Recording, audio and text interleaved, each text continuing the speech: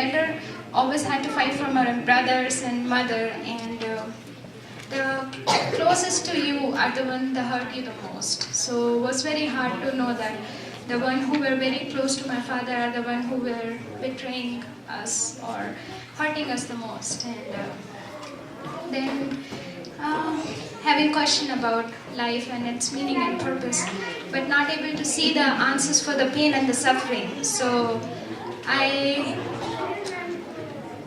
decided that there is no more fight that I can do, and the easy way out is to do a suicide and just get over with this, because there is anyway no meaning and ultimately everybody has to die. So why not do it now and just get over with it, because there is no more point in living and going through all the pain and suffering. So how much more you can fail? I failed in my suicide attempts too.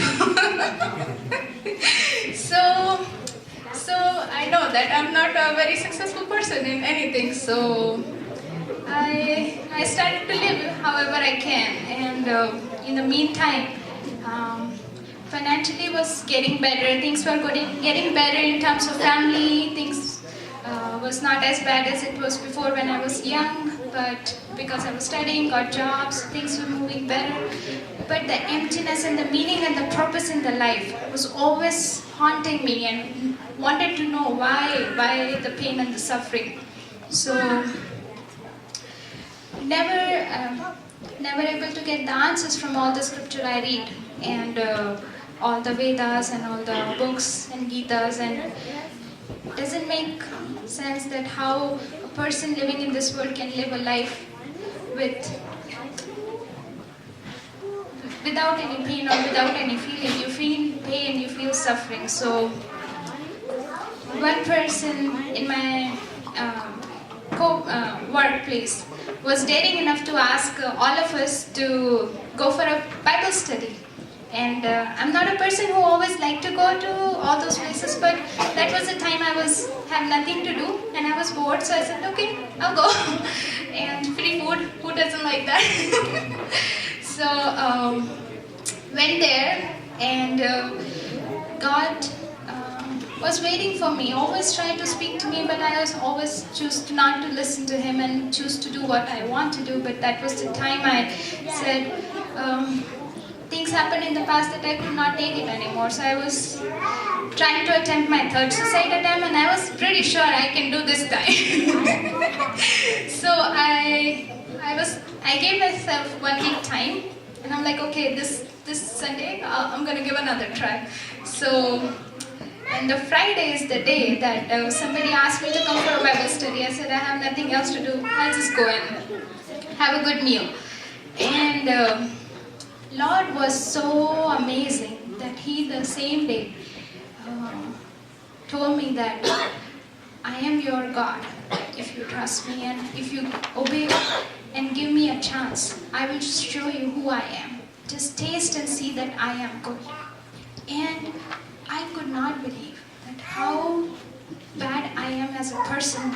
At that time, before I was not so bad in terms of what I considered the standard, but that time I knew I was bad enough that I could not deserve to get loved. But here, through His word, He speaks to me that I am here for you if you let me be with you. And if you give me a chance and taste that I am good, I will show who I am to you. And I will be your father. The father that you have missed, I will be your father. And I'll love you and I'll forgive you. So I did not know what to do. And He said, trust in the Lord. And He will take away your burden. He will carry your burden. I said, all my life, the only thing I learned is to take burden from others. And this is the first time somebody is telling me, I will take your burden. I'm like, okay, this is something new. How about I'll give him a chance? So I said, okay, I'm not going to pray in the name of Jesus, but if you are a real God, you know all the situation I'm going through. So answer me in a way that I can know that you are the true God. And the first thing Jesus Christ came into my dream and told me to forgive my own cousin and forgive him was the hardest thing that anybody can ask me. I can give away food, I can give away gifts, I can give anything, money, anything, but the forgiveness was the hardest thing to give to anybody. And that was somebody who hurted our family so bad. So asking to forgive somebody who I do not want to forgive was very hard, very hard. I could not forgive what all he did, and I could not forgive. But God said, because of your anger, I'm not able to forgive or to judge. So you need to forgive because you are being in the bondage of that anger. I said, Lord, if you only gonna give me the grace, I can forgive him. Lord said, I am willing, you forgive him because I'm giving you the grace. So I said, I forgive because you asked me so. I do not have the strength to forgive somebody who did so bad, but since because you are asking me that you will take care of all the burden I am carrying, I'm going to give the opportunity to you to take away the burden in my life. And the first thing was the forgiveness. The forgiveness, I had no clue that how much anger and how much frustration I was holding in my heart, that I could not sleep properly. But that was the night I slept like a little baby. I slept so nice, and I feel that the peace, nothing changed in my financial condition, nothing changed in my life, but the peace was so evident that I could not deny that it is not that a man can give to me. So I said, okay, I am trying to know who this is because I like it. So I started asking God questions because I am not a person who believes somebody who asks me and I will believe it. I will ask questions, and that too very hard one. And I will ask questions and not even share to anybody. I will say, you are a God. You know what I am thinking, so you answer me. And he uses so many people, his words, his dreams, his messages from people who don't even know the Lord. And they will just come with answers, and answers so specific that I only know that it cannot be through a man. So the moment I started giving God the opportunity to speak to me, he just started pouring more and more grace and forgiveness in my life. And the more I see him, I started knowing that how much sinful I was. By that time I didn't know I am so sinful, but when I come to a holy God, then only you know that you need a savior. So I started asking God more and more specific questions, and he answers. He doesn't answer through any other person. He talks to you individually. It's an individual walk. It is not because somebody took me to a Bible study and he is the person. No, it's God talking to you alone.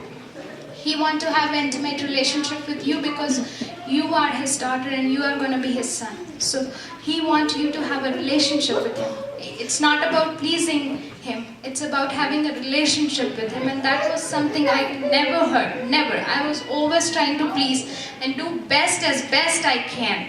But that was the time I felt I did not even have to do a single thing, and somebody is just coming so close to me to give everything. Everything. And the only thing I longed for was the peace in my life. That was the only thing I longed for. I did not even have to do a single thing for that, and he poured out in my life. The time came that he delivered me from my past. The past to forgive people and to not hold on to the anger that I was carrying. And I asked specific questions and he answered. And when he answered, there was a time that he told me that you acknowledge me if I have answered you. And I only asked my pastor, can I take baptism? And he was like, are you sure you want to take baptism? Do you understand what it is? I said, yeah, I know that I have tasted and see that the Lord is good. And I want to obey what he says. Because whatever I want to lead my life, I knew what it was going. It was going nowhere. And I was falling and failing, and depression all these things. But this is the first time I'm having nothing to do, but peace is coming in my life. I said, I want to hold on to this peace. There is nothing worth in my life that worth more than this peace. So I said, I want to obey this commandment and I want to take baptism. And I took baptism, and Lord was so amazing, and so he already planned everything for me. He planned about my marriage, and that was something I was not even thinking about. And marriage was something that I had comes with a cost, because being a Christian, you don't wear anything, so nobody know in the entire community that you are a Christian now. So my mother and everybody was okay with that, but marrying was something that they were not okay. But Lord said, this is what I have planned for you. If you obey, there is many more promises for you. And one of that was my mom knowing the Lord and being forgiven. And if I didn't love my mom enough, I would have never took that step. But I loved my mom so much, and I wanted her to know the grace and the grace and the love and the joy that comes from the Lord. She doesn't have to go and do 1,000 things to please God. He is a father. A father doesn't need anybody to get pleased with. A father is a father who is already pleased with your daughter and a son. He doesn't need something to make him pleased. And that was something was so different. And I got married, and Lord provided more than I could have asked. And till this day, everything I do, He watches. He holds my hand, and He promised that I will never leave you, I will never forsake you. And those were the promises. He still hold on to it, because He is truth. He said, I am not a religion. I am a way of life, and I am the truth. And the truth will set you free. The truth was that He died for my sin, nobody else. It was my sin that made Him to go through the cross. Because every sin we do had a price, and that price needs to be paid, because He is a just God too. So He paid the price for my sin, and because of that price, I have been forgiven. And I see that forgiveness every single day in my life. And when I see that forgiveness, I know that the love that He gives, I can love others through that. And now I see, and I want all of you to know that there is nothing bad in asking questions. If you have any questions, if you are struggling anything in your life that you're not able to get answers, ask, and He will show you. And He is not a God who needs something extra. He just needs your heart. He just needs you to let Him talk to you. The only thing He needs is your time, your heart. Give Him the opportunity. Give Him a chance. The freedom I have in my life is just this, that He died for me, and there is no more condemnation in me. He died, and I've been forgiven. And I want all of you to be know that you all can be forgiven and being loved. And all in the Sanctful Fellowship have come from very different background and have experienced the same joy and love and forgiveness. And I think being a